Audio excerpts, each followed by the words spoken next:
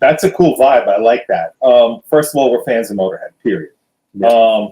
I think it also goes without saying we kind of like the whole Skull kind of vibe, period.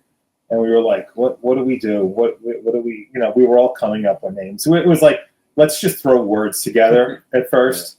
And then somebody came up with something with Bastard and something Skull and this and that. And then at one point I was just like, what about Bastard Skull? And then I'm looking at the text messages in my head now, and it was just like, yes, yes, yes. And it was over. That was it.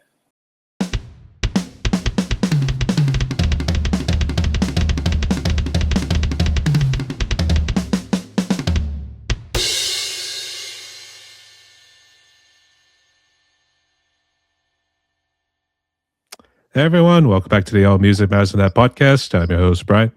And today we'll have some special guests from the East Coast this time.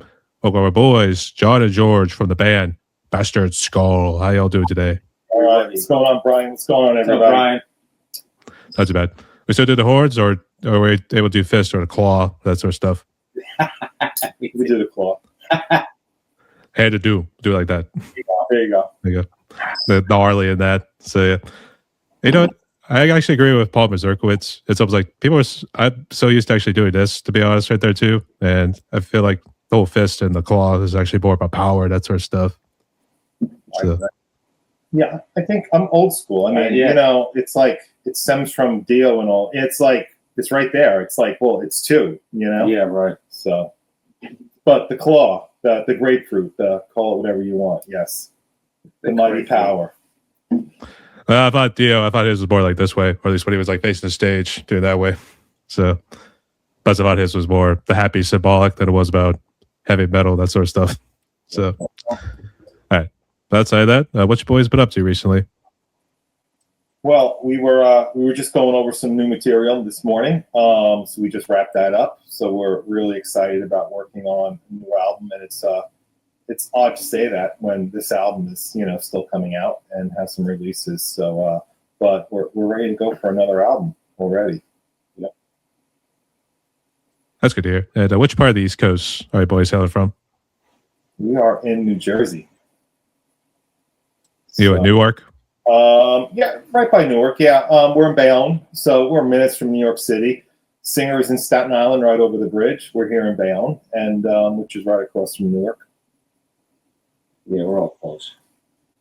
Were you all born and raised? Yep. Yeah. Mm-hmm. It was a heavy metal town back in the day. That's for sure, though, too, because wasn't Overkill the East Coast and they were out of the New York area? Yep, they were out of the New York area. I think somebody's relative lived here in Bayonne, and they're basically a Jersey band also. You had Zakk Wylde, you had Skid Row, you had the record label that Metallica, Megadeth, and all of them were on, down in Old Bridge. So it was a cool place to be. I guess not only that, you had the death metal scene that came out late 80s into the 90s there too. I guess, were you guys a part of that? Wasn't a part of that. We were doing back then, George and I were in a band back then too, and it was like more of a really aggressive punk stuff. Yeah. We were playing in New York City a lot, and then of course we got better on our instruments, and we still love punk and all that aggressive stuff, but we kind of moved into the metal and thrash and stuff like that, and then death metal. Yeah. So I was slow going with the death metal at first. I didn't know what it was, but I did like it. I say he's got the Cataclysm shirt and everything there too, so it's almost like and the Vader had too. So we saw them, and Vader is like one of my favorite bands. And I got Bedhead right now, so let me put the hat on for a little bit. Oh, I'd say anytime I see Vader, I immediately think of Darth Vader too many times. I don't know if that's where they got the name, to be honest, but even still. I think it is. I think I've read him saying something about being a Star Wars fan, and the whole aura of Darth Vader. But hey, listen, I could be wrong. It could have been AI generated. Who knows? At this point, I don't know. I don't think we had AI that advanced back in the day. So, all right. So, but I guess let's go ahead and get more into history about you guys in general first. So let's start with your backstories. So, I guess John or George, whoever wants to go first, I guess, tell the audience your backstory about how you guys became musicians. Jake, you could take it. Yeah, I mean, I started out in grammar school. I just always loved music. I think they had a music class. I started there. I mean, my first guitar, I just used to put it in front of the mirror, and I couldn't even play. So I'd play a couple of notes, and from there it started Deep Purple, Little Black Sabbath, and from there it's history. Still playing after all these years. And met Johnny in the '90s when we were doing a punk rock. 92. 92, yeah. Yeah. So we've been on and off playing stuff since then. I would say you guys didn't know each other in school at all. No, he was in a different town. He was in Jersey City. Yeah. I was here in Bayonne. Same pool of musicians, but I mean, we weren't really musicians back then. When we started out. So, it took some time for us to get to learn of each other. Yeah. So I guess there was no history of taking an instrument up in middle, high school, and all that stuff, or parents guys say like you have to play piano or something. You know what? My parents didn't want me to play anything. They wanted me to Get a just go job. to school. Yeah, get a good job. Go to school, And get a job. I had other intentions. I mean, I still got a job, but I played all through high school. And then the rest of my life, still playing. Yeah, So we did an album in, I don't know, was it 2014 or something? We did a rock album. The band name was Dusk, and that's got to get put back up. I don't think it's on Spotify right now, but if anybody's got the disc, good for you. But I think I might have a few left, but that was pretty cool too. And then somehow I convinced George to play thrash and death metal. yeah, and then it was over. I loved it. After playing it, I love the style of music and the challenge of playing it. So just from there, it's just now I'm listening to bands like Shadow of Intent and Chronosis and Revocation. I hope I'm saying some of these names right because I mess everybody's name up. But it's just it's great listening to this kind of music and playing it. It was interesting because George is new to all this really heavy stuff by about 3-4 years, and he would call me up and he'd be like, dude, you got to check out Obituary. I'm like, yeah, I've been listening to them for about 30 some odd years. And then he was like, then it was like Destruction, Creator. Oh my gosh, these guys are great. I'm like, yeah, but you got to listen to this album and everything. Yeah. So, it was like a kid that just been exposed to like a candy store for the first time ever. And it's really cool. And, I wish I could be like that. And I kind of am still with the newer stuff that's coming out, Yeah, right. But It's, I don't know. It's a whole new world. I mean, I come from like the heaviest was like Sabbath, Iron Maiden, Judas Priest, bands like that. And then this is a whole different world, So it's great. That's cool. I've been reborn, like say. There you go, baptized in the I've been fires of baptized, metal. of iron metal. That's right. That's cool. Yeah. That's really cool. I had a bit of a different introduction. Going back to as far as like 3rd, 4th grade, I got introduced to Deep Purple, Black Sabbath. And then from there, it was Deep Purple, Black Sabbath, Led Zeppelin. I bought my first guitar. I was given a guitar for Christmas, I think, in 3rd grade, but it wasn't until like somewhere in 4th grade that I think whenever you make communion, I don't even know what year that was, might have been 4th grade, I was able to buy my own guitar. I bought this crazy Ibanez shape at the time. It was like an Ibanez Axstar, and I was like, this is metal. I love this. At some point, I found Judas Priest, Iron Maiden, the whole new wave of British heavy metal, and I loved it. And then the next wave came, where it was Raven, Merciful Fate, and bands like that. And then Merciful Fate, they really it was like, boom, that's really it. At the point of Judas Priest and Iron Maiden, I was like, that's what I want to do. But then Merciful Fate came, and I was like, that's how I want to play. Now I need a Gibson V. And it was just like something I always wanted. From there, thrash metal, Destruction, the first Sodom album, first Destruction, first Creator album. And then, of course, we had Slayer, Testament, and all of them here. Overkill as well. I still have. I mean, yeah, you see, these are a lot of them are from back then, still original. And a Maiden one, I don't know if you can see it, is definitely, I think it's to my side here in the back. But and then from there, it was like death metal hit, and I was off to the races. It was just amazing, but you know, wasn't good enough to play it yet. And then you know, come late 90s, you know, we were still doing some stuff. You know, I tried to get you into metal and call him into a metal band then. He was like, nope, sorry, not for me. I don't like the voice. I don't like any of that. Yeah. And so we kind of like, at that point, we kind of like split, went our own ways, and then came back together in the 2000s to do a rock band. But this was well after my band, Anunnaki, had already put out, you know, a heavy album and did a bunch of shows, and it was really cool then.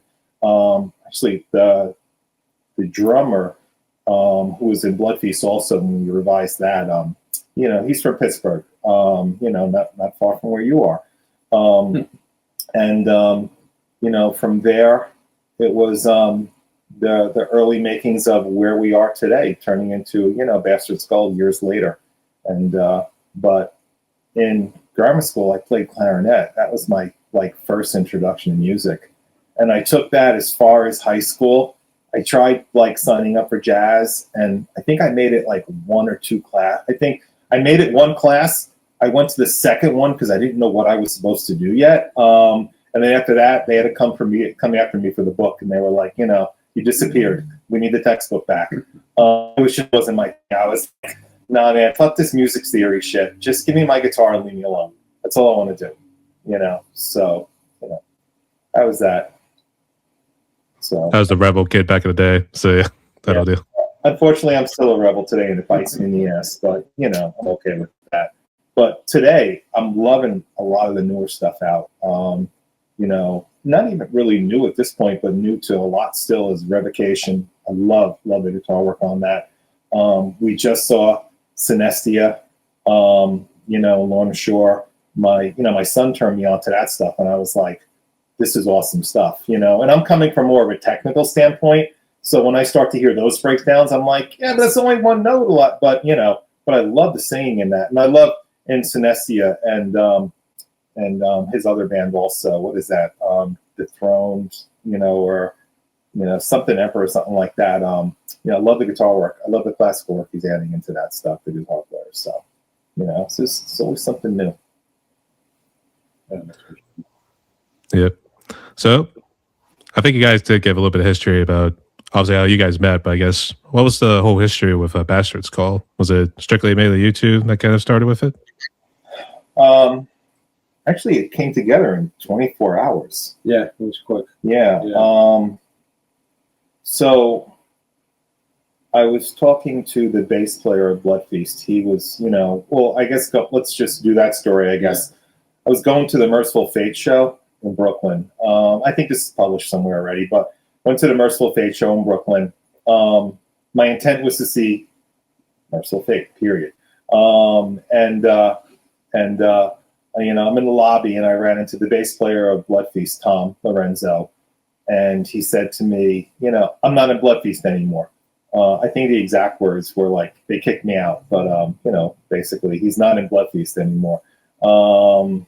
And I was like, I just looked at him. I didn't even think about it. I was like, get a drummer. And that was it. We talked for a few minutes. We went our separate ways. And the next morning, I called George up, and I'm like, George, I got a singer. You know, he plays bass, but I got a singer. And I'm like, years ago, I asked Tom, you know, do you want to do like a Motorhead cover band while we were doing Blood Feast just to have some, you know, local fun? And because he's got a voice that you could just like tell you'd be good as a singer.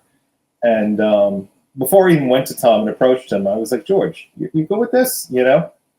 And he said yes. So I called Tom, and I expected a little bit of a pushback on it, but he was like, yeah, I'll sing. I'm like, you sure? You're okay with that? Not playing bass? And he was like, no, I'll do it. Still expecting to hear like, I miss my bass. And let me tell you, we did hear it. We're still hearing it. You know, but, and then it was a matter of getting a drummer. And then I think it was the next day I was heading to our local studio where we recorded something. And the guy that owned it was off that day, and the fill-in happened to be Mark Mary, who is a drummer from Sneak Attack. And I was like, hey, you want to play? And then like within 24 hours, the band was like, we were ready to go. Yeah. So that inspired me, and I just started writing like music right away. And like within a week, there was like, here's 3 songs, guys. Yeah, you had a 1 or 2 songs kind of already. Yeah. And we work good together, so it's quick. Like Johnny will show me something, and we work on it. We get the basics real quick, and then we work on it with everybody else. So it comes together pretty quick, which is good. So the universe aligned for us on this one. Yeah. The stars have aligned for us, to say the least. So yeah. Uh-huh. So I guess, was the whole Bastard Skull, the name itself, was it kind of in honor of Motorhead? So that's what kind of vibe I was getting, but it was mixed in with like the thrash that we were discussing. That's a cool vibe. I like that. First of all, we're fans of Motorhead, period. Yeah. I think it also goes without saying, we kind of like the whole Skull kind of vibe, period. And we were like, what do we do? What do we, we were all coming up with names. So it was like, let's just throw words together at first. Yeah. And then somebody came up with something with Bastard and some Skull and this and that. And then at one point I was just like, what about Bastard Skull? And then I'm looking at the text messages in my head now, and it was just like, yes, yes, yes. And it was over. That was it. And then it just kind of took a life of its own on being like, the underdog, or Yeah, I don't know. Just keeps going. The Skull's got cool horns too. Well, that's when the artist took over, Yeah. and then we saw the artwork, and we were like, "Yeah, we picked the right name. This is really cool." Yeah. And the guy that made the logo too, he did an awesome job too. So in a certain way, it was throwing darts at the board and hoping one lands on what we could all agree on, to say the least. So yeah, but the first. vibe and the feeling of it was important, and so then it just all came together. Yeah. So I guess if a fan like me was to come to ask you guys, who is Bastard Skull in terms of like the sound and influences, I guess, what would you tell them? As far as the music I created, is pretty much John creates most of the music for us. But who we are, it's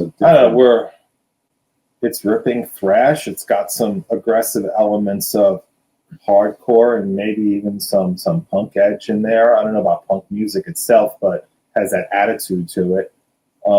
It's just that aggressive metal that just won't fucking die. Just keeps going. It's aggression, it's perseverance, and it's clawing yourself up and out of the ashes. It's raw too. If you look at our Germany show on YouTube, that's pretty raw. Small stage. Small and loud. We're small, but we're loud. We like to bring it loud. In honor of Lemmy, too, because I know he liked it loud, too. Yeah. So. Yeah, crank up the Marshalls. Yeah, right. Make sure the people in front of you don't go deaf, though. That's the thing. We want them to enjoy the music, but we don't want people going deaf. So. Yeah. Well, it's a little late. I'm feeling it myself from all these years of cranking up the Marshall, but it's nice when the sound takes over. I mean, we come from some bands that were very loud in the 80s. L'Amour's, actually, my band back then opened up for Anthrax and TT Quick, and TT Quick was so loud that, like, my heart was just like in the room. It just was going with whatever bass is going. Yeah, it's just like I thought it was going to explode. I was like, "What is this?" Yeah, it was pretty awesome, though. Now that I think of it. Yeah, that was a cool place to play and bang. Yeah, saw everybody back then. Overkill, it's crazy. It just keeps going. Everybody played that. King Diamond, Merciful Fate. Forget it. Yeah. It was, the place to be. I was just going to make the joke. George's heart grew 3 sizes that day. But I guess going to talk about your Germany show. I guess, was this recent? We went to Germany in, what was it, end of November of last year. Yeah. We played the Truth Thrash Fest. The promoter there, Steffi, she's wonderful. I worked with her in the past when we went to Headbangers Open Air, this Blood Feast. You know, over the past 10 years or so, been there a few times, and you know, we met her there and been friends ever since. And she was she loved what we were doing, and she invited us over, and we had a great time. Great people. I got to see people I haven't seen in a very long time, and it was a cool show. It was, you know, it was almost like kind of coming back home, you know, seeing a bunch of people and playing over there. It was nice to get on a plane after not being on the road for some time. It just, you know, I missed it. And, you know, I had that experience the other day when I took my son to the plane because he went to Spain. And I'm like, I don't know why I'm not getting on a plane right now to go somewhere, you know. I need my guitar and I need to get out there. Yeah, that would be awesome. They were great people there. They were very welcoming. Everybody was in Germany. And Steffi's great. I mean, she's not only like welcoming, she invited us to her house. She cooked us like a meal, like a 5-star chef. She's amazing. She's amazing. She's amazing. She was a chef. She's done it. She was great. Yeah, it's a great experience. Yeah. And as you can see, I like music. I went to the record store there, and Yeah, like, great. let me tell you, we don't have record stores like that here since the 80s when I was growing up. And I actually had to buy another suitcase. And, you know, so I got back to the hotel, and, you know, my girlfriend and I were looking at each other like, this isn't going to work. And I'm like, all right, we're going to the mall. I'm buying a suitcase. I like literally bought a big suitcase because we only brought one between the two of us, and, you know, carry-ons. So I filled it right up. I went crazy. So much stuff that you just can't get here. It was crazy. I can't wait to go back, not only to play, but to do some shopping as well. So I would say, how the heck did you get past customs, to be honest? Because it feels like when they question you with all those vinyl, CDs, tapes, and all that stuff. They didn't, because it wasn't all one quantity. Listen, I don't know why they didn't. All I know is I didn't get stopped. But it was interesting. The only thing they tried to flag me for was a stupid little tool, you know, to fix my guitar neck, like the wrench. It was like it looked like a Swiss Army knife kind of thing. It has all the Allen wrenches folded together, and they were like, "What is this?" And I'm like, "Are you kidding me? You just opened a suitcase full of pedals with batteries and wires, and you're asking me what this little tool is?" Yeah, you know. So like, and the supervisor had to come over to supervise. I was like, "Just let him go. Just let him go." You know. In my head, I'm going, "Don't lose my vinyl. I'll kill you. You can keep the wrench. Just don't lose my vinyl." Yeah. It'd be like, that'd be the end of that guy's career right there if we lose the vinyl. So all right. That was in Hamburg, Germany. That's where you normally hold these sorts of festivals. Yeah, that was in Hamburg. You know, we're hoping to go back in 2027. We have some things in the works that we can really speak of yet, but we're looking forward to getting back over there.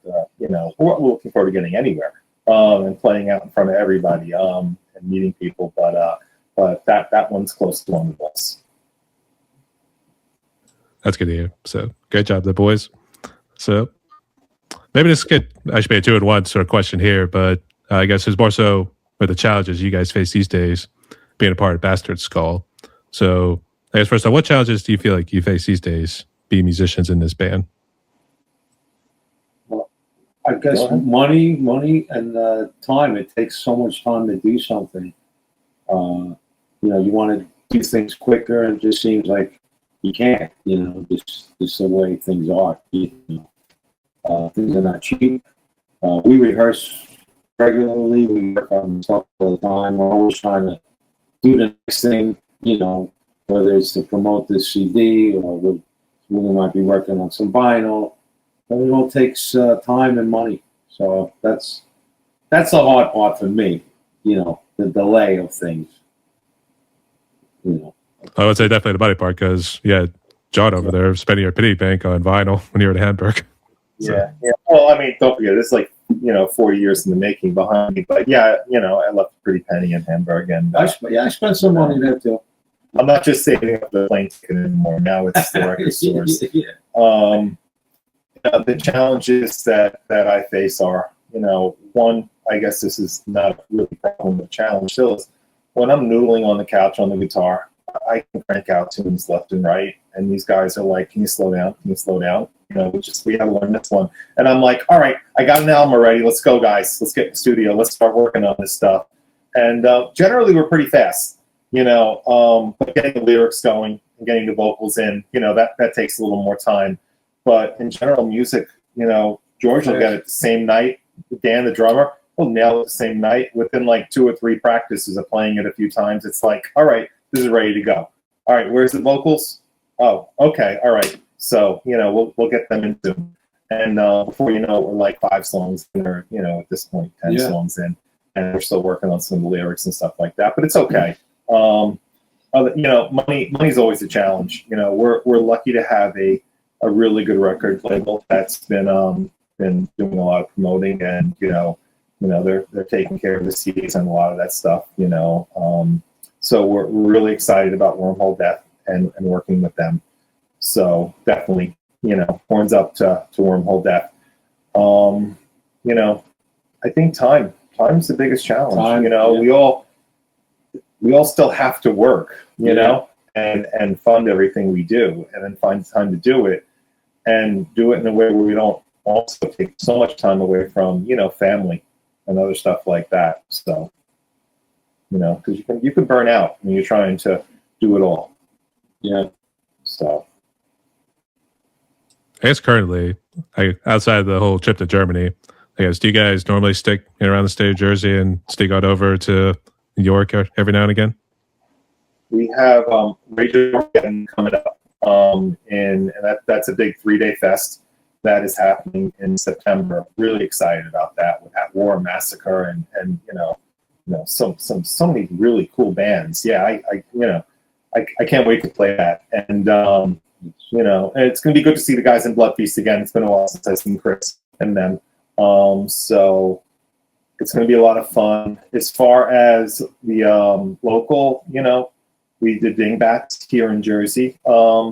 We don't really do too many small things around Jersey. We look, pick up a festival here or there, but basically we're looking at a lot of overseas stuff and scheduling. It's not like, let's go play the local, ball and hang out with friends.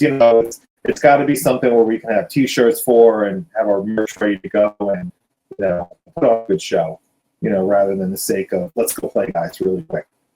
So something we can promote, and we can spread the word. Get out there and meet some really cool people. That's cool. So yeah, so we'll travel anywhere, and I don't know. Dare I say we'll almost play on anything because we have. Yeah. We've had a show where it's like we played a private party for a soundstage company, and we were it was the backyard, and listen, I loved it. It was great, a lot of fun. I think the bass drum was about 10 inches high, and it was about 5 inches deep. It looked like a baby Beatles kit, and I played on like an 8-inch speaker. You played on a 10-inch speaker. Yeah, and we made it happen though, and it was really cool. You remember Toys R Us? I remember buying and seeing the stuff in there. It was kind of close to that. It was maybe a little better. It was a Jeffrey kit, right? Is that it right? Jeffrey, yeah. That's what we look like. We look like giraffes on this stuff. But so yeah, so it was a lot of fun. It was a lot of fun. Yeah. So doesn't matter sometimes. It's the atmosphere. So. Actually, the other time I remember Toys R Us, I was going to buy Gundams there. That's when you had to assemble them back in the day, and that was a pain in the ass, especially since our hands are not the delicate. So we had to make sure, going forward, to make sure it was the ones that were already connected and everything. So I remember them. They were cool. I was a Star Wars kid, so I wrecked the set. I was always in the Star Wars eye. I'm going back many years now. Showing my age. Was it wood? No, it was metal. Wrecked the set. Remember that? Wrecked the set. it was more like plastic, to be honest, there too, with the Gundam sets. So I was trying to remember also. Oh, I guess I guess outside the music, I guess what do you guys do in terms of hobbies? And if you want to share your main jobs too, go ahead.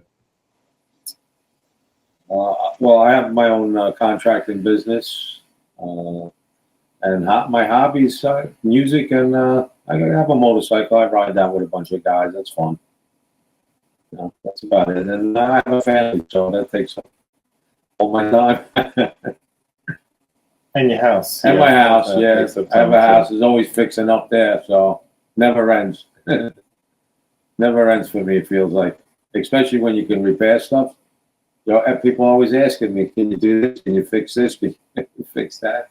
Yeah. So, yeah, there you go. Get the screwdriver out. Say George the Builder. If we want to say it that way. No, that's me. It's like George, he gets that when he comes over here once in a while too. George, take a look at this for me. What do you think? So we're redoing my bathroom soon, right? Yeah. So that's on the books. Well, look, it makes sense. I'm good with my hands with that, and I play bass. So there you go. My hands always got to be moving. Just don't cut your fingers off. Oh yeah.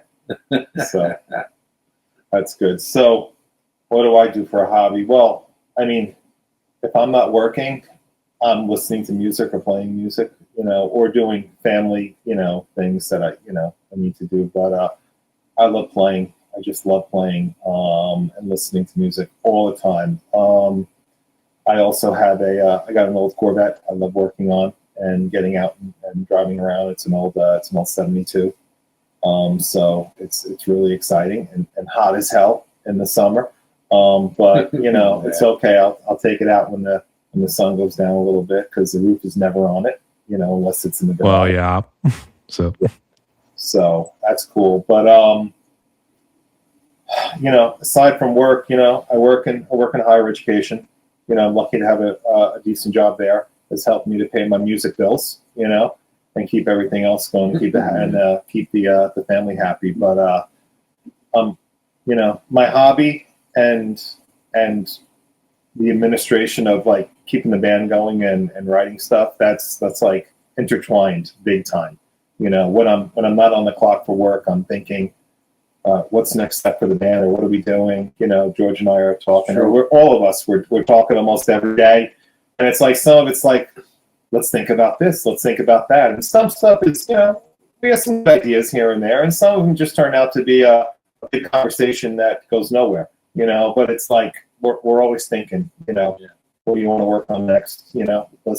Listening to the recordings from rehearsal, since, because we record every rehearsal, listen back, and we're always like, oh, let's tweak this part, let's change this. So that's like such a big part of my identity.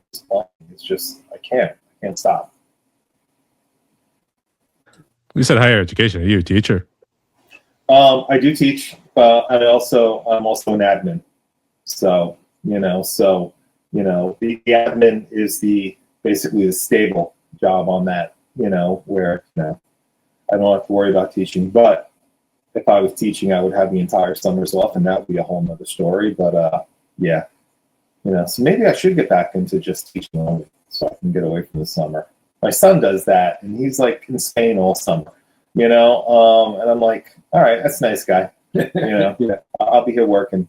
So I was like, damn, that would have also you're the music teacher. So be like, our music teacher's a metalhead, a secret identity, like a Clark Kent sort of style going on there.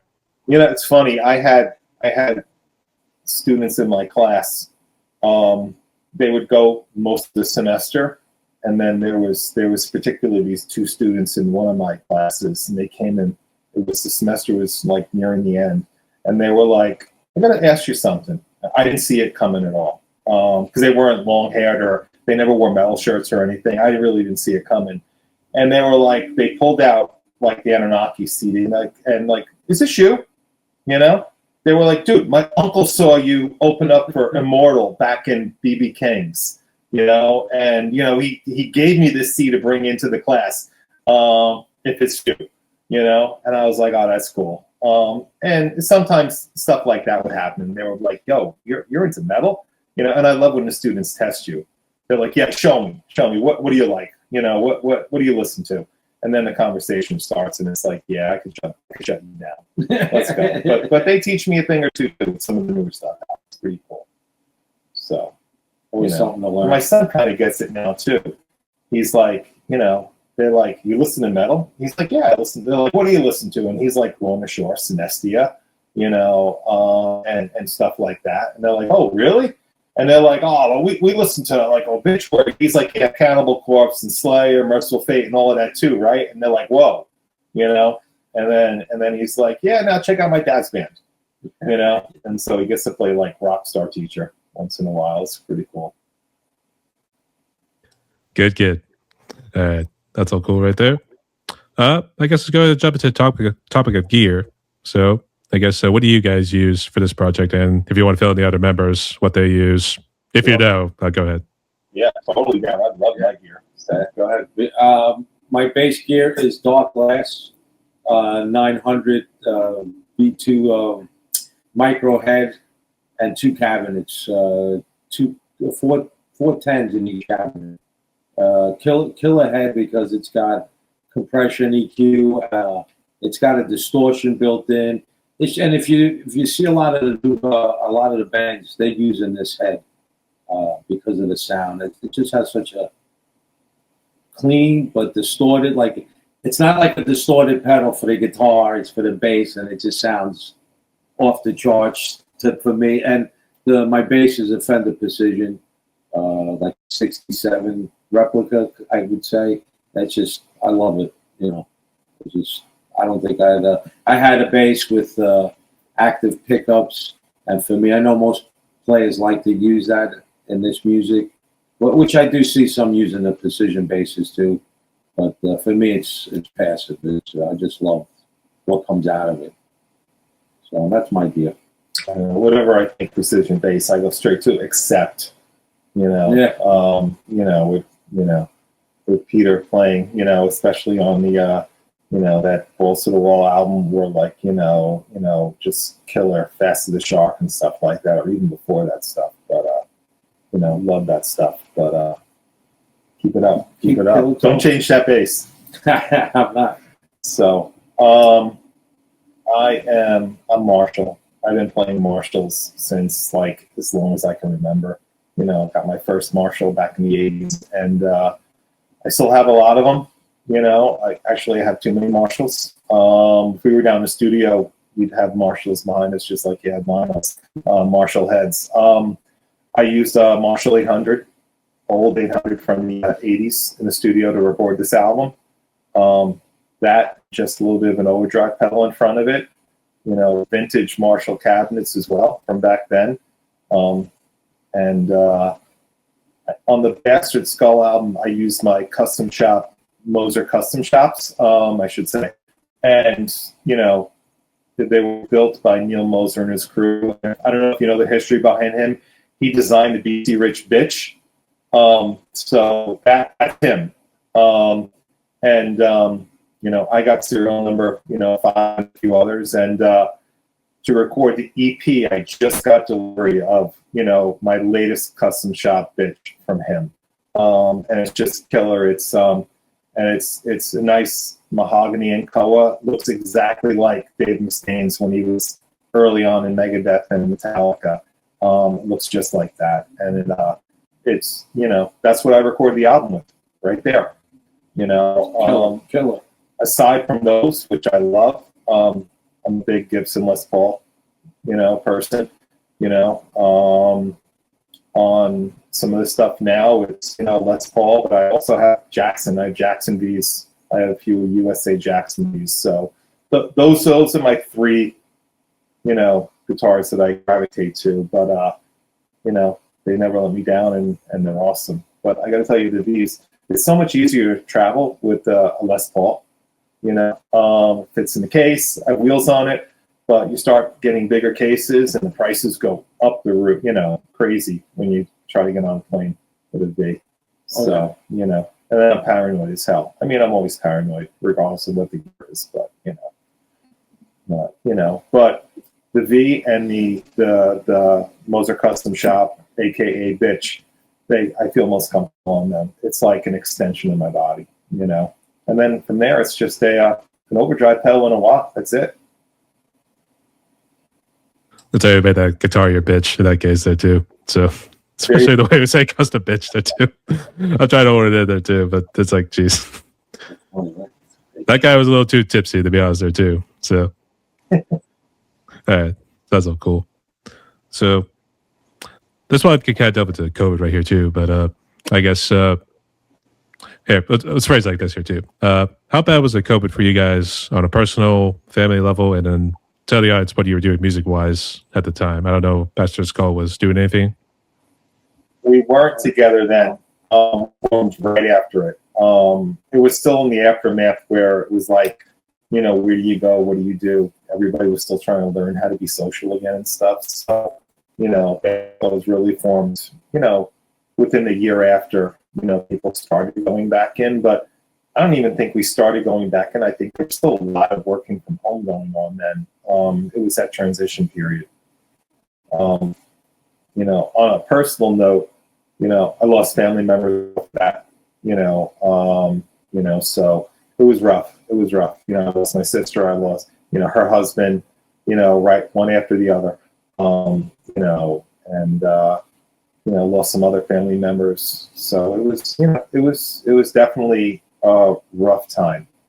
You know, I think coming back in the music and all of that, you know, that kind of helped pull me through too, you know. And then after coming back, I had a bad accident where I had to have 5 surgeries within like 7 days. They had to basically reconstruct my entire leg. I was told I wouldn't walk again, but you know, after meeting an amazing orthopedic surgeon and you know, putting me back under and doing a lot of stuff, and you know, I'm able to walk. So, and music got me through. I remember listening to, you know, heavy stuff when I was in the hospital bed, and I couldn't like move out of the bed for months. I had therapists come to me moving my legs, my one leg, but I was listening to stuff like Behemoth and of course Vader and stuff like that. I needed the heavy stuff. I couldn't listen to anything lighter because it like the songs had timestamps to me where it was like it was like I just needed the drone blast beats and double bass, and I love that stuff to begin with. So that really helped me, you know, to get through rather than a lot of the metal stuff that I love. And you know, right after that, you know, we got Bastard Skull together. You know, I was still in the arts and standing up. That's true. You know, back then. Pictures look really cool that I have. You know, it looks like something on a death metal album cover, and who knows? Maybe it'll be part of an inner cover or a cover someday. But not right now. Gee, what was your experience? Well, you know, mine wasn't that bad. My work really didn't stop. I was working like on empty apartments, so I worked in shop. We actually took off for a couple of weeks when it was at its worst. So kind of just went through the music stuff. Right, was kind of stagnant, you know. So that kind of was kind of, like nobody was doing anything. You know, everybody was just staying home. Nobody knew what the new normal was going to be. I didn't have any serious illnesses though, like in my family and stuff. So kind of like just glided through, you know, through the whole COVID thing. To me, that's how I felt. It threw a lot of things off, you know, after that, like industries as far as getting things, you know, it's hard. Prices went up really crazy. So it was kind of hard to adjust to that new normal, you know, for a while, you know. But other than that, I can't say it was that personally bad for me, you know.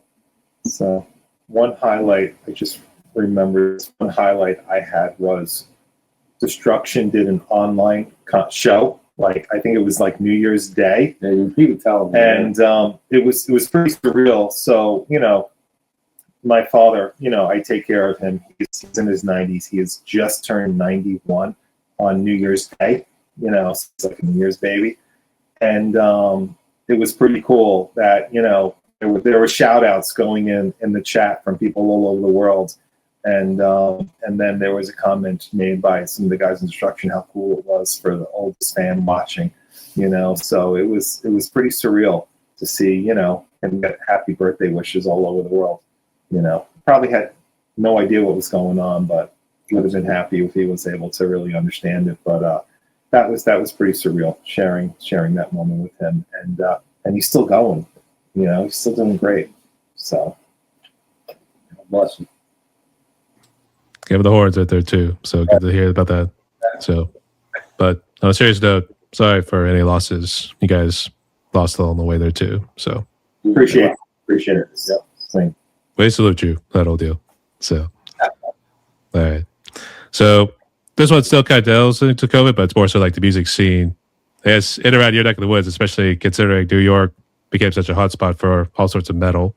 But from your perspective, from all the venues you have played at, including the one in Germany, what was your experience like with the music scene there too, from your perspective? Was it hopping after COVID? I remember what it was like before. The festivals, outdoor and everything. And I got to tell you, when we went back there, it felt the same to me. I don't know that it changed much. Did it change here? I don't know. There's festivals, but it's not like outdoor great festivals like they have in Europe. We don't really have too many of them here. Although I got to tell you, we saw Slayer in Pennsylvania. Yeah, that was good. Was it last year? And that felt the closest to like the European festival that any U.S. fest, for us has ever felt. And that was a killer show. I do think Max Cavalera should have went a little later in the day. Not so early as we were walking into the place, but I'm really glad we caught him. So that was really cool. So, but I didn't notice much of a difference, before or after once we started getting back out. But also, right after COVID here, we didn't get back out right away. So it could have been different. I didn't have that same experience. So. Well, I guess you were still recuperating because I didn't know how long their surgery and then therapy lasted afterwards. So it took me about a year to get back on my feet, and then it took us some time to get the album going and stuff like that. Yeah. So I remember getting through practice and like not being able to walk and like having to take a moment, and I was still walking with a cane once in a while. So yeah, it was cool. I mean, I guess it was cool. It was working. So yeah. I should know if it was good to be a Jeff Picard sort of moment there too. We bring him out in the wheelchair. Yeah. I remember thinking, how am I going to go to work in a wheelchair? So I had a huge ramp that I would have to like push myself up, and I'm like, man, this is going to suck. But I made it happen. And then it's okay. Yep. So every little thing is gonna be all right. There you go. There you go. But I still feel like I could feel like I'm wearing a hockey guard underneath my skin, on the one leg. It's that's never gonna go away. So, but I'm up and about. So, and I like going through the metal detectors in the airport. So I guess I'm good. Like I said, if they haven't flagged you yet, that's at least a good sign. So, all right. So I guess let's go jump into some of the music of Bastard Skull. So you had More Dread, which was a single, and then you had the title of your album as well as a song, Bastard Skull. So I guess go ahead and talk about it there too. I guess was it kind of a throwback to all the bands you guys grew up listening to? I don't know that it was an intentional throwback, but it's just the music that came out from all of that stuff going into the funnel. And when I presented the music to everybody, it just felt natural. I mean, the bass part in More Dread, that to me, that's like right out of textbook old school heavy metal. Dare I say, like Merciful Fate and shit like that. I just love the sound when the bass and the double bass are going at the same time, and then we come in, and we're all old school, so I don't think the throwback was intentional. I think it's just in us. I can't get away from it. You know, it's like I don't know if I can write like a new metal, you know, type of song right now. I don't know that I want to anyway, but I don't know that I can write like that right now. It'd have to be a really conscious thing to do. But I just love guitar oriented, music, But I love when the bass is involved in it too, and aggressive, not just like holding down the fork, playing one note, but all over the place with me. And the drums goes without saying as well. So, and Tom brings that hardcore element also in because he's a big hardcore fan, and so he's got that in the vocals there, and it all came together nicely. So I felt like it did. And I guess you want to discuss about the lyrics for both the album and War Dread. I guess is there sometimes a particular theme, or is it just meant to be the old school death, destruction, despair, that sort of stuff?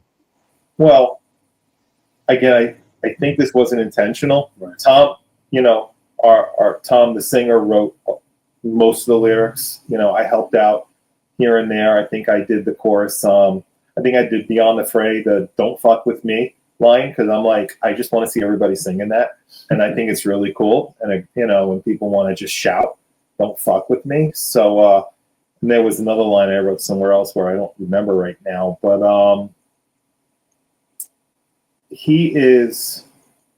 Tom is one of those, if you know him, he's like, fuck everybody.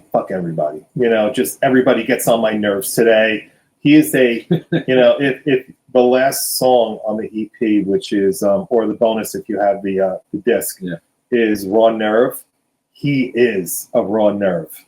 You just have to look at him, and that's it. It sets him off. So every lyric turned out to be a part of who he is. It's like that aggression of trying to get through the day. Someone's always messing with you, or like there's something always going wrong that you got to persevere through. And it's just that struggle of just being. And that's, and that's what he totally personified. The bastard skull is like, you can't break this skull. I'm going to make it, and, but I'm going to also be as angry and miserable as I possibly can while I survive, So, and I used to say to him, all right, that's cool. When are we going to have to turn around? When it's good, can we have a positive note here? He goes, it is a positive note. I'm here and I don't fucking care about anything else. This is, that's it. Everything sucks, but I'm still here. That's the positive that you're getting, So, More Dread is just, keeps piling on. It just keeps piling on, and you just persevere.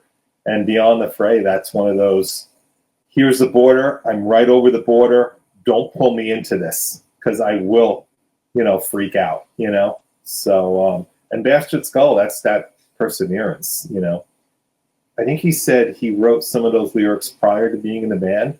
And then when he put them together, with the name of the band, it just all made sense. He was like, I am the Bastard Skull. And we were like, yeah, you are. You are. He totally, he didn't have to buy into it. It was just like, it was like a revelation of like, I just found myself. I didn't have to go in the forest for this one. It's right here.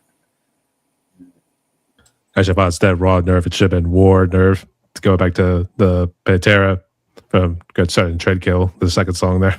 So, yeah. That Walk, that's a song that could have been written about him. Yeah, for sure. Walk on home, boy.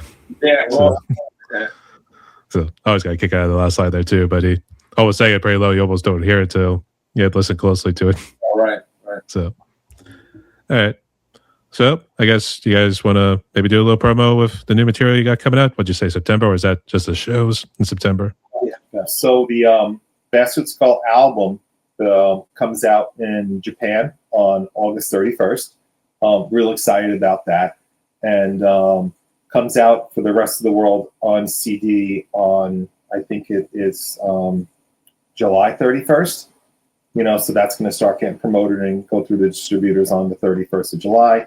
So we got World, and then we got Japan, and we have Rage of Armageddon Fest coming up. We're going on we're playing on Friday, September 11th. Really looking forward to that. I think At War is on that night, so that's that. I'm really excited. So that's going to be really cool. And then we have some other things that we're working on. Whether it's Japan or Europe and stuff like that. But once those dates get finalized, we'll definitely be seeing people next year. We'll be out there. And listen, if you want us in your neck of the woods, you'll let us know. Have a promoter reach out to us or reach out to us. Let us know what's going on out there, and we'll see if we can definitely make it happen. We definitely want to get out there and play to as many people as possible. As far as new material, musically, the album's ready. It's just a matter of getting into the studio. We're tweaking things here and there, but this next album is heavy. Yeah. You're going to hear some blast beats, actually quite a few blast beats on this new album. Yeah. And some stuff, that George is doing with me. It's crazy. It's insane. So I can't wait to get this the new one under, into the studio and out to the label and out sometime next year. So but first let's celebrate this album and get out there and play it for everybody. But don't be surprised if you hear something new if you see us play. Definitely coming out with a different tone, or even maybe trying something new with the new album.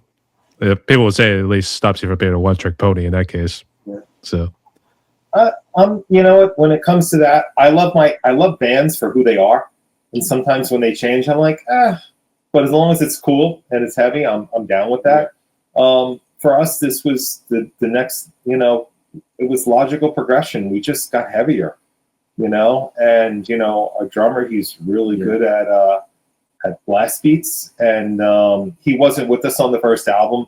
Mark Mary from Sneak Attack was with us on that album. Since then, he was going to go into retirement, but then he's doing some stuff with his band Sneak Attack now, locally, in the studio. So I'm excited for him doing that. But when we got our new drummer and Dan Prestup, he has the ability to do this stuff, and this guy. He can play double bass and blast beats for hours. So I'm like, to me, it's like, hey, put the metronome on. Let's go, man. Let's go. And that's what it's like. He just keeps going. So we're like, you can do this. So let's incorporate some of this stuff and let's go a little heavy. We're still thrash, but you're gonna hear some. There's always gonna be that death metal and black metal influence in there. So you're going to hear a little more of that stuff popping out this time. I would say from listening to the first couple songs on the Bastard Skull and even more Dread, it seemed like, just from that album in particular, obviously I have to wait for the blast beat one for the next one, but it definitely felt more like the newer thrash metal, because the old school thrash, they had more of the chugga chugga chugga chugga and the even more faster speed there too.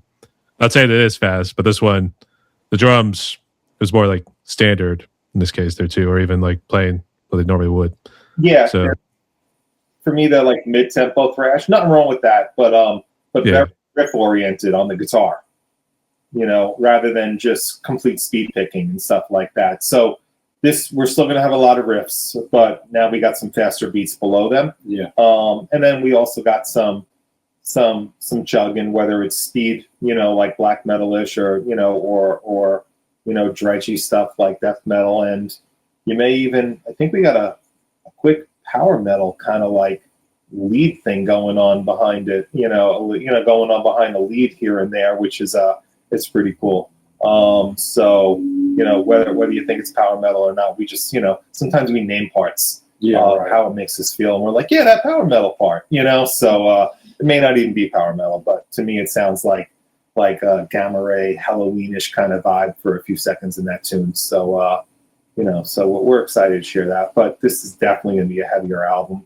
We got 10 tracks done, for recording, to get ready to record, and we're going to, as a bonus, we're going to re-record one of the tracks from the first album and a track from the Anunnaki album that I did a long time ago.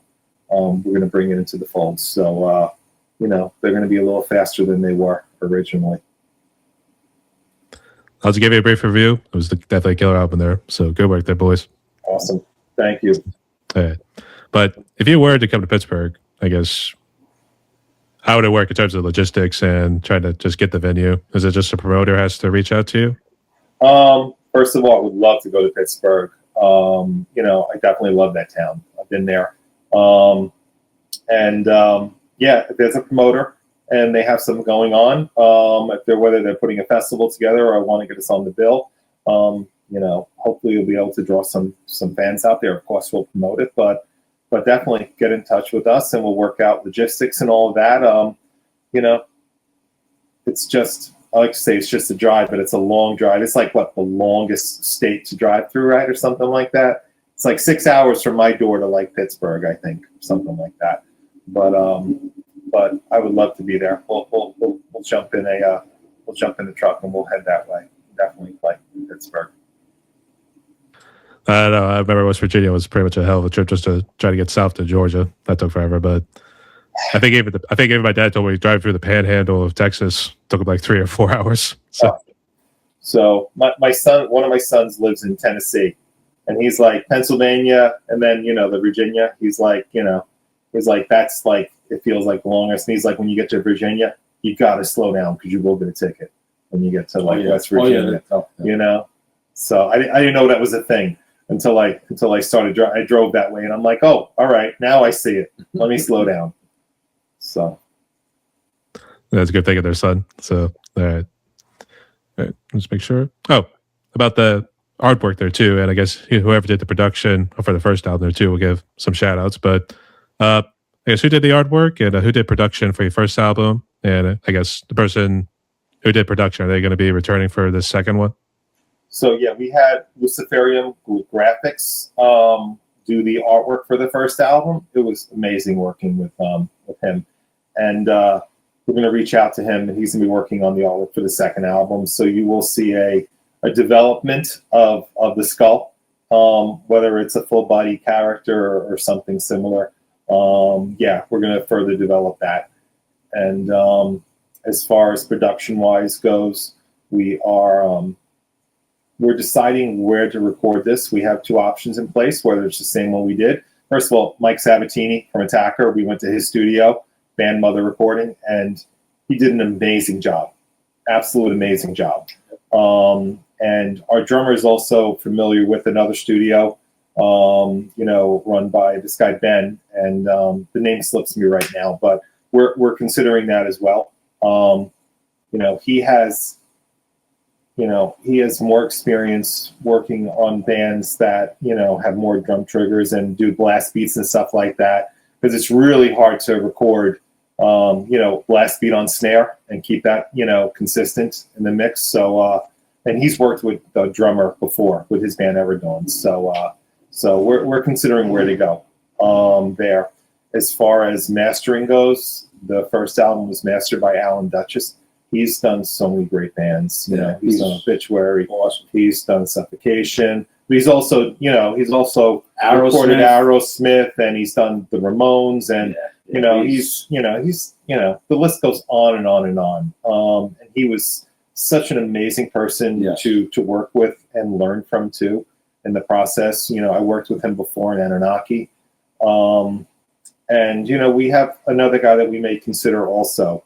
Who's done Arch Enemy and bands like that over in Europe. So right now we got those 2 things are kind of on the table right now to see, where we want to go and we want to do the mastering. And like I said, Wormhole Death Records, they've been so amazing to us that I'm looking forward to sharing the new material with them when it's ready. So looking forward to that. It's gonna be fun. I was like, damn, son, that's a hell of a catch. So, yeah. All right. That's amazing, though, too. So, give a round of applause to him. Thank you. And we just want to get out. We want to get on the road. Yeah. I know touring is expensive as hell, but we're going to do the best we can to get out there and play as many shows as we possibly can without losing the day jobs until we start making enough money where we can lose the day job, So, thumbs up to that, but we'll see when that happens. If we can get out there and do it, we certainly will. But we definitely want to get out there, whether it's festivals or picking up a leg of a tour or doing a tour with some cool bands. Not to say, but I'll say I could try to pull some strings, but no guarantees. But I'll keep you in the loop. So Awesome. Appreciate that, Thank Brian. you. all right. I guess, guys, do you have some time for some fun questions, real quick? Sure. Okay. So I guess I'll start with the first one right here. I'm curious if there's a particular dish I've not heard about, but what is currently your favorite food? My favorite food is a cheeseburger and fries. Always is, always will be. This is a tasty burger. That's it. It's a tasty burger. Yeah. Simple. Yep. That's cool. Yeah. I mean, favorite. That's what I eat mostly. I love fish. I love different things, but I always go back to cheeseburgers for some reason. I love my Italian food, but I also love Polish food. So give me a nice hearty soup, or, of course, the cliche, kibasi and pierogies and, some gonki and stuff like that, but all variations of Polish food. I'm a big fan of like the European breakfast, which is like cold cuts and a hard-boiled egg and some coffee and stuff like that. Not a big pancake and waffle fan. Well, I used to be, but then it got me in trouble. But so But when I went to Europe for the first time, I was like, "What is this nonsense you're putting in front of me on the table?" And I was like, "Wow, you know what? I really like this." And then I'm gonna have a beer too. But yeah, I don't do that here though. Yeah, you can now. Only when I'm there. But yeah, those are my favorite foods right there. Yeah, I mean, I love sushi and all of that. I mean, kind of like a little bit of a foodie, but I have my favorites, which is usually Polish or Italian. I would have thought there would have been a good concentration of Italian because, I keep thinking too much of The Sopranos. I don't know if you guys ever watched that TV show back in the day. You kidding me? Yeah. Yeah. So I feel like it should be predominantly Italian. So it's almost like Italian should be at the top of the list, but There you go. I'm Greek, so I eat a lot of Greek food too. So that's very good too. Like the Italians. My eye is always on the door when I'm sitting down eating. So. all right. But I guess speaking of Sopranos, I guess do you guys have a favorite movie and TV show between the two categories? Star Wars. Star Wars #1 for me. I mean, it's on the hat too, so yeah, with the Vader. I have a huge Star Wars collection that started when I was a kid, and I still have them. And it just, I kept going, so I got a big Star Wars collection. I think I saw that movie. I remember I stopped counting after like 300 or 400 when it, a few years after it came out, the original. And I love it. Indiana Jones too. I don't love all of them, but I do love Star Wars and Indiana Jones. Whenever I've watched it how many times I can't tell you. Whenever I'm flipping through the TV, if Indiana Jones is on, I don't care where it is. Yeah, the TV stops. That's it. That's it. It has to be on. And that's it. It's just like a commitment right there. Whenever it comes on. I mean, Temple of Doom was like the most metal you could probably do for an Indiana Jones sort of movie right there. Definitely. Oh, ripping out the heart, that whole deal. So yeah. You just look at it too and be like, oh my God, that looks painful. So, all right. Not great choices there. Yeah, I think the Ark was an awesome scene too. Oh, there's your black metal scene right there. Yeah. I can't. Yeah, it's true. Actually, what I saw the most was Last Crusade. That one I would say was a favorite there too. So Last Crusade. Yeah. That was the one I saw the most. Hey, he punched a Nazi and threw him out of the blimp. So yeah. no ticket. Mm-hmm. So all right. But all great choices there. Yeah. I guess you can add Lost World to that too. That was Lost cool. World was good. Yeah. Yeah. It's everybody's ringtone. Well, So, how about some early Godzilla and King Kong movies? I don't know if that's too far back. Then you might as well go Abbott and Costello meets the Mummy. There you go. There you go. I grew up on that stuff. I love it. Watch some Svengoolie on a Saturday night. All right. I guess in terms of drinks, both alcoholic and non-alcoholic, I guess which ones would you consider your favorite between the two? Whiskey, bourbon, for liquor, and Coca-Cola. Or a soft drink.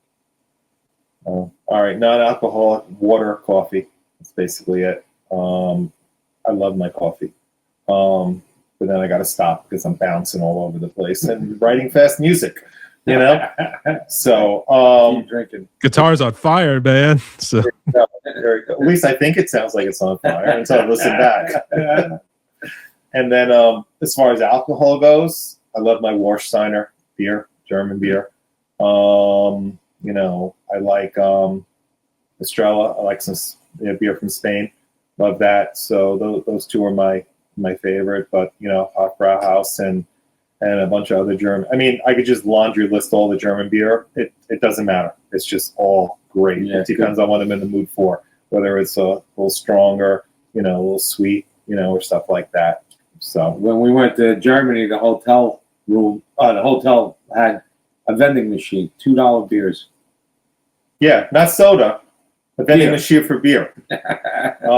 You know, which was interesting because, you know, at some point we had knocked out because we were out drinking all evening, walking around and drinking Aperol, you know, because it was winter and that was, you know, we were just walking around at the festival, and then we got back, you know, we hung out, drank a little bit in the you know, the lounge area, getting $2 Warsteiners, which is in, like here it's like $12 a six pack or $17 a six pack. So, but it was really cool. And then some of us went upstairs, and like the drummer's like, he hung out there until the sun came up. You know, he was just hanging out, just drinking nonstop. You know, like it was no big deal. And then we get up and we're like, oh, we're gonna go to breakfast. He was like, all right, I'm ready. And I'm like, dude, we already did you even go upstairs? So I would say I've been to the Hofbrauhaus in Munich twice. First time was actually for a German trip, and we actually keep this between us though. But I did sneak in a Guinness when we were. Of course, I was sick. I was like 16, 17. So, but not at the Hofbrauhaus, but I think it was because our teacher was there too. So we couldn't really get away with trying to drink in front of her. So, but when we went back the second time, I'd say that was the best beer I ever had. Very smooth. beer. It's awesome beer. It's awesome beer. Actually, I just finished a six pack the other night of Hofbrauhaus that I had here. But my first trip to Europe was playing down the festival down in Bavaria, and it's like that's Munich basically.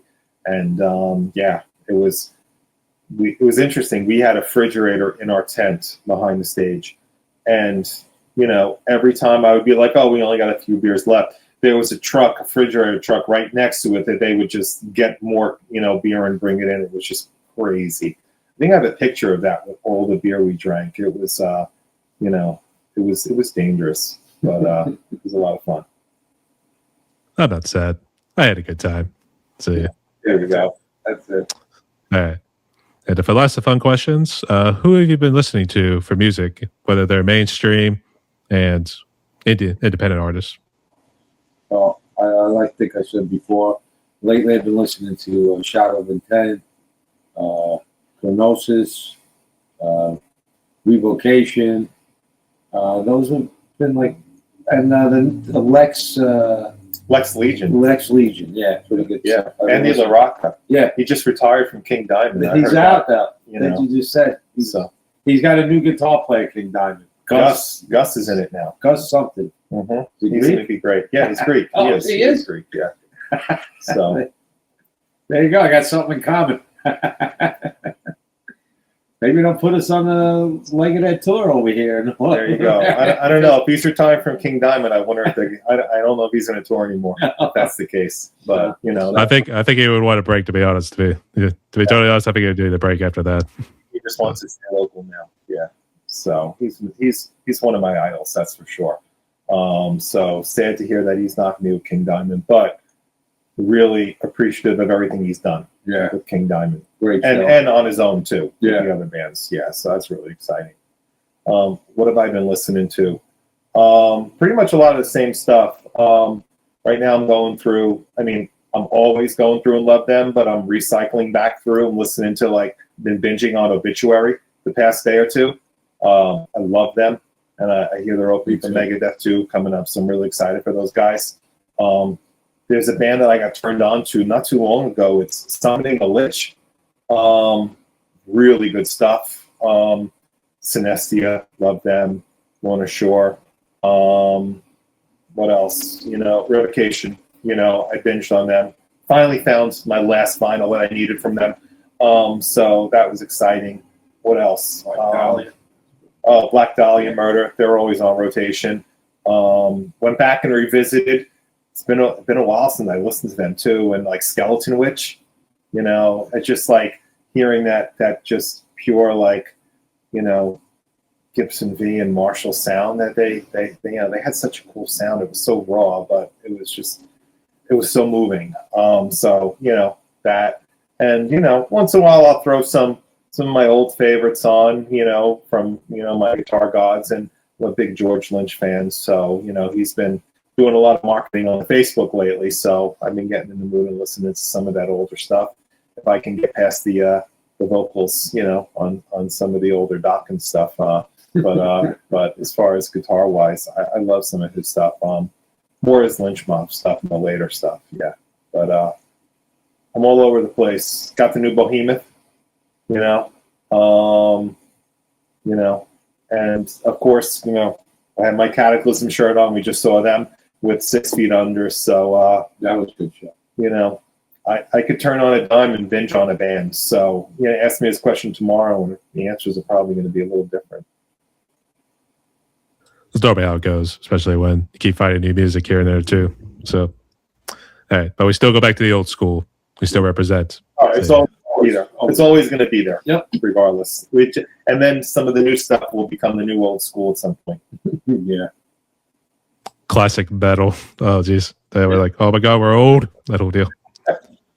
I know. When did we do classic in front of that? Yeah. So, well. All right. So, boys, we are down to one more question on my podcast. Before we jump into it, would you like to ask me one question apiece real quick? I'll put you on the spot so I have time to think about it. Yeah.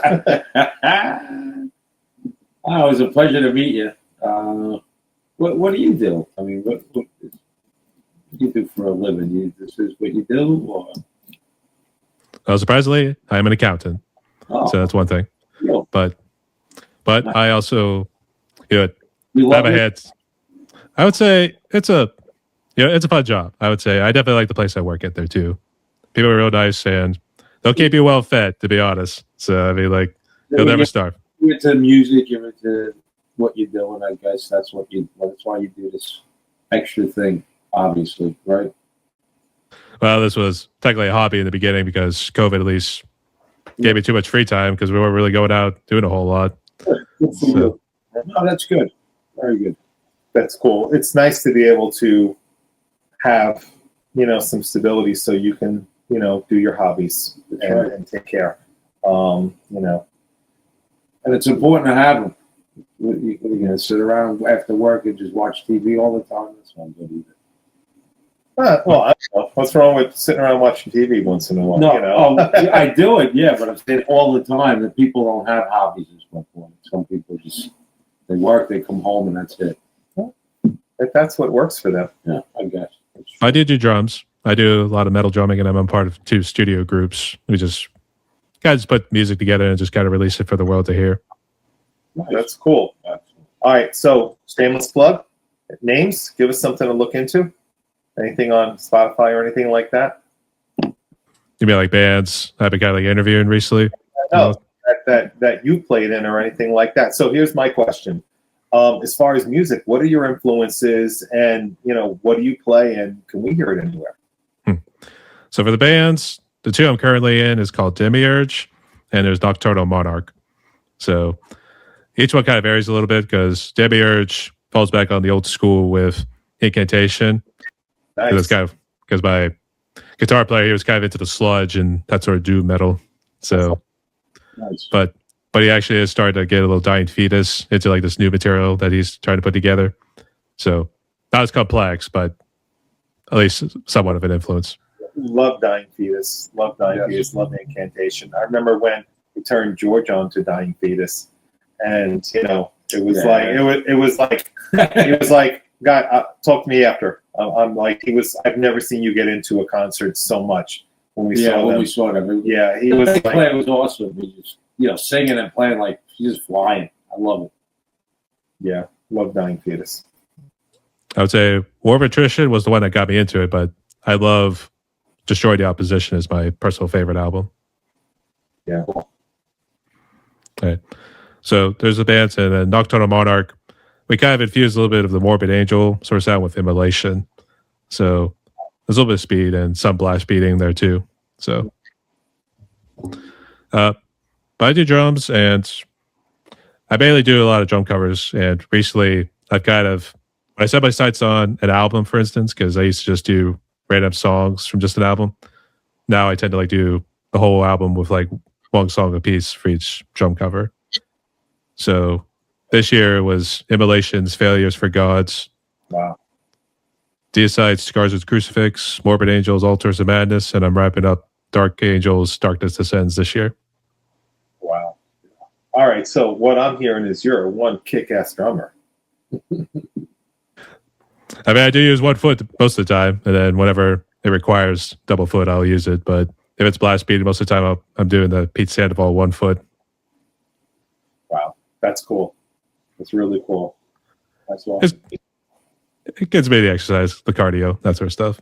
So yeah. Was there a part of your question? I don't know if I missed anything. I think that was pretty Where much can we it. listen? Can we listen to some of your stuff somewhere? Yeah. Is it out on Spotify? Some of the stuff? Check it out. I got one song with Nocturnal Monarch, but it is on Spotify. I'll tell you what, I'll send you the links afterwards. Cool. Looking forward to that. So who are you? I mean, you just mentioned bands, but what sparked your flame for playing the drums and then getting into heavy music? All right. Well, heavy music came first, but my dad, he was always into the classic rock sort of stuff, the Sabbaths. He was a 60s, 70s guy. He never really got fully embraced the 80s, but the one he did with the 80s was Metallica. So that was like his one exception for like the heavy metal sort of groups right there. He may do like Slayer, Anthrax, and all the other guys, but he didn't really invest his time into it. But it was actually when we got the video game Rock Band, which was back in the 2010s. And I started playing drums on that because initially you're doing the guitar and you're thinking like, chicks date the guitar player. That's their deal. But I got into drums and I started having so much fun with it there too. Worked my way up to expert level and started getting at least the majority of the songs on expert. Except when you get to the impossible part, then that's a nightmare in and of itself right there. But eventually my parents asked, like, do you want your own drum set? Because they realized this wasn't a fad. Even though I started off with like a small beginner's sort of kit right there too. It was more your standard pads. The cymbals weren't fully round.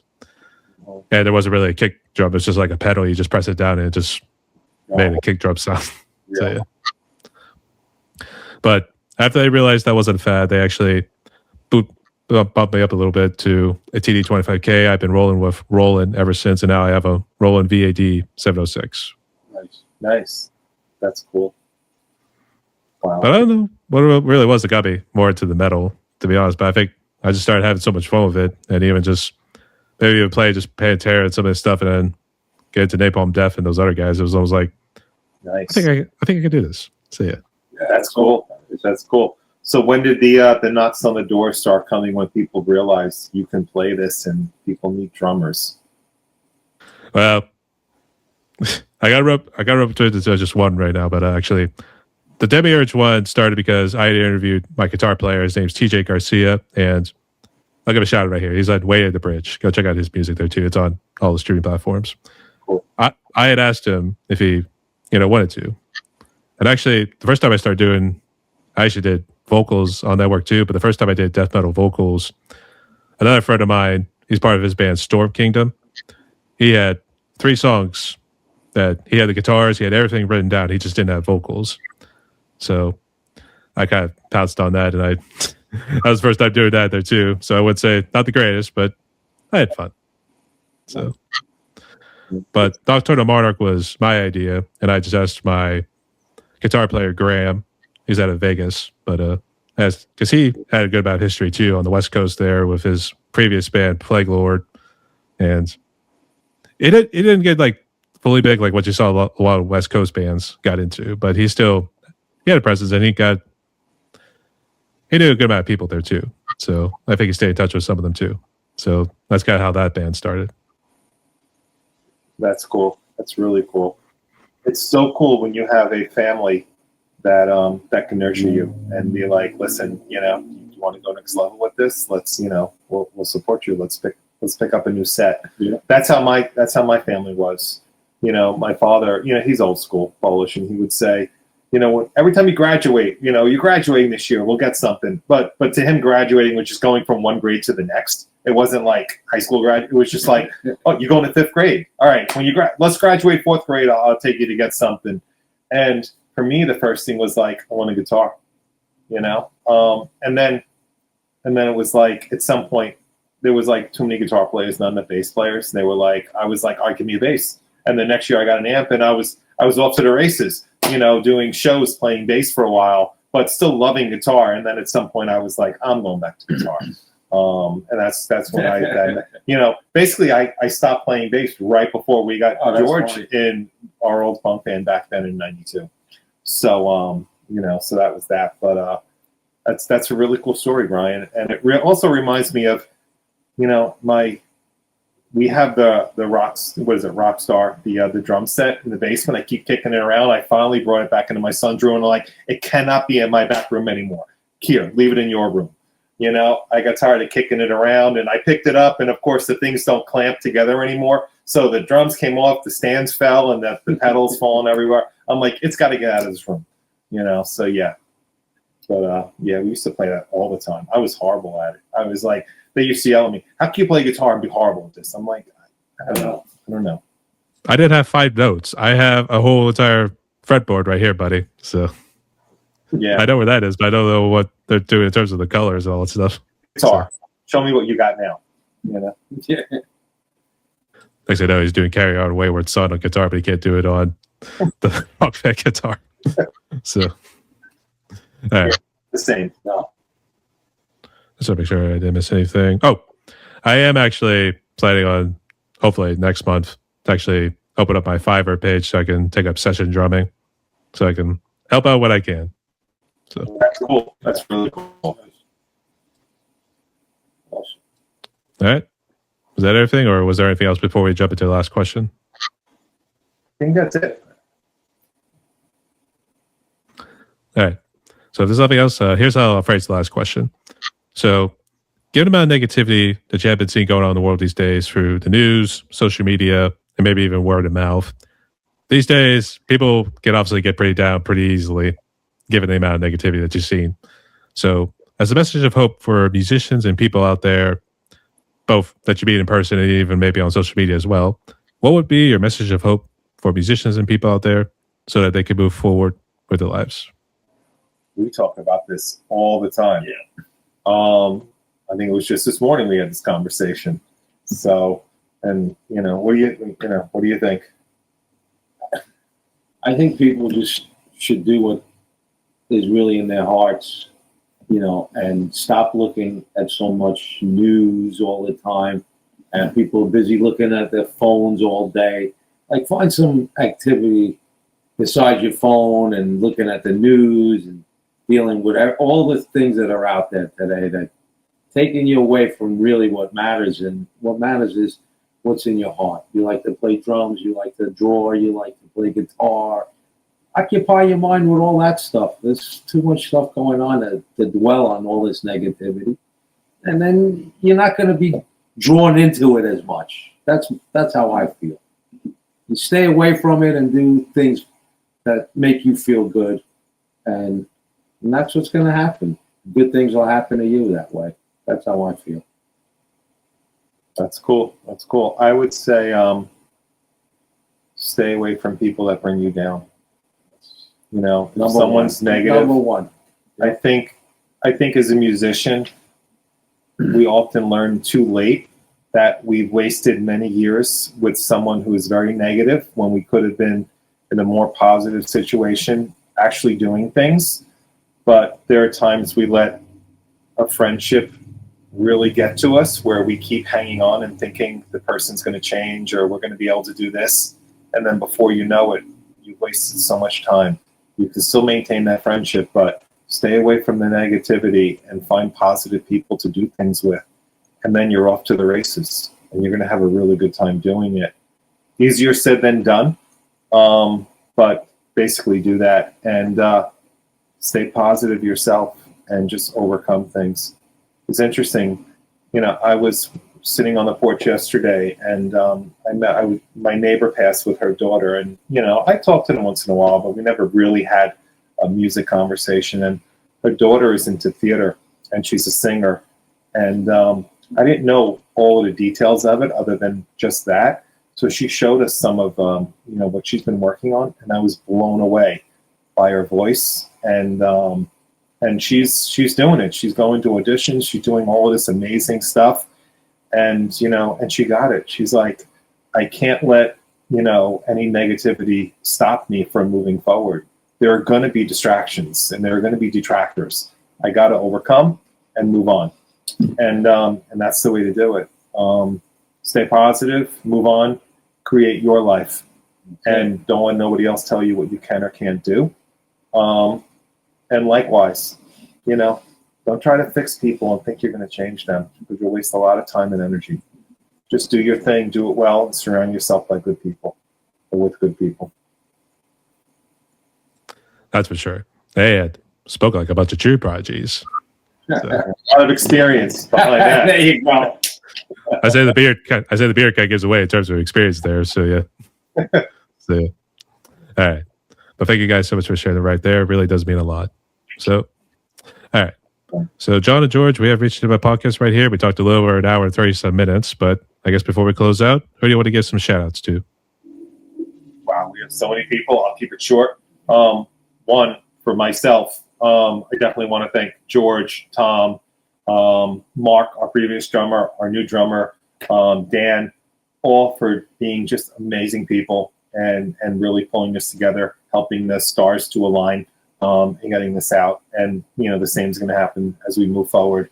I want to thank the promoters we worked with, definitely Steffi over in Germany and others, and at Varsity here, Rage of Armageddon. Thank you, and I can't wait to jump on this festival, not only to play it, but to see all these really cool bands and hang with some of these bands that we haven't seen in such a long time. Alan Duchess, for mastering, Mike Sabatini from Attacker, who also recorded us. The list will keep going on and on. If I don't mention our road crew, which he is the road crew, Motorhead lover himself, the song Slayer. He believes was written for him. Huge Slayer fan, huge Motorhead fan. No matter what show he is in, he will always yell Slayer. He is that guy. So I want to give a shout out to Psycho Joe. If you're local here, you know exactly who I'm talking about. Guy is crazy. Yeah. I won't go into that. Maybe we'll share that for another interview down the road. But he's a really good guy. I don't know. Should we disclose that there too? Otherwise, we're thinking this guy should probably be in an institution. So. Oh, yeah. Well, he's had a ticket. He's had a ticket. He's good now. Yeah, he's good. But I guess we can stop there. Aside from anyone who's listened to us and reached out, we really appreciate you. Keep spreading the word. Pick up a CD, go to streaming, do whatever you do. Just keep sharing it, and putting us out there, and getting your local promoters' ears, and let us know where you are, who you are, and we'll do the best we can to work it out and get to you. Yeah, and thank you, John, for putting the music together, putting everything together. This guy does it all, and just keeping us going. And this guy has no negativity. It's like if you have a problem, he's always got a solution. It's just, it's just great working with him as a person and in music too, professionally. I keep the negativity offline. We're good. So I just go downstairs and play. Get my aggression out on the guitar. That's it. But and Brian, thank you. Yeah, Brian, thank you. Thank others that are doing the same thing as you are. Yes. And inviting us on and spreading the word, and sharing a little bit about yourself as well. Yeah, we appreciate it. Maybe we'll get to meet you someday. It'd be awesome. If we're in the area or you're here. There you go. Pittsburgh brews and some metal. There you go. It would be nice. I'm not too sure how it works in terms of trying to get people to come out here to Pittsburgh or even asking promoters, but I'll see what I can do. So no guarantees though. So should we do a group hug? Group hug. There you go. Okay. All right. And lastly, just for the audience, can you mention what streaming platforms and social media you guys are on so they can check you out and interact? Sure. All right. So we're Bastard Skull or either Bastard Skull Official, whether it's Facebook, Instagram, with bastardskull.com. Email is bastard@bastardskull.com if you ever want to reach out to us, but you can reach out on our socials through Messenger. Website, like I said, is bastardskull.com. That's being revised right now. Pretty soon we'll have a store up with all of our stuff. But we saw some shirts from Germany, which I think George has one of the shirts on right now. On the back that says has the German thing on it. We have we're looking into getting some special edition shirts made up for an upcoming show. I'm gonna keep that quiet right now until we get that out. And where else are we? Wormhole Death Records. You know, if you're a store, I'm sure they're hooked up for distro with them. Get in touch with them. Get us in your stores. Get us out there. As far as streaming goes, Apple, Spotify, wherever streaming is, they're all over it. So we're excited about that.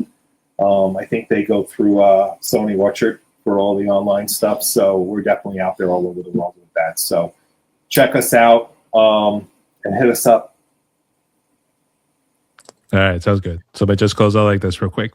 So everyone, my guests today were George and John. They're hailing from New Jersey right there, close to Newark area, but also where one of the Meccas, we should say one because we're going to be respectful of Florida there too, because Tampa Bay was also a Mecca as well. But one of the Meccas of the death metal scene there too, but they're part of the band Bastard Skull. So go to all the socials, all stream platforms. Let's go support our brothers out there too. And we gave a good amount of shouts to everybody. So shout out to everyone in this interview here too. So, all right. So George and John, thank you again so much again for coming on here. So stay safe, rock on, and lastly, strike a pose for the audience. Thanks, metal.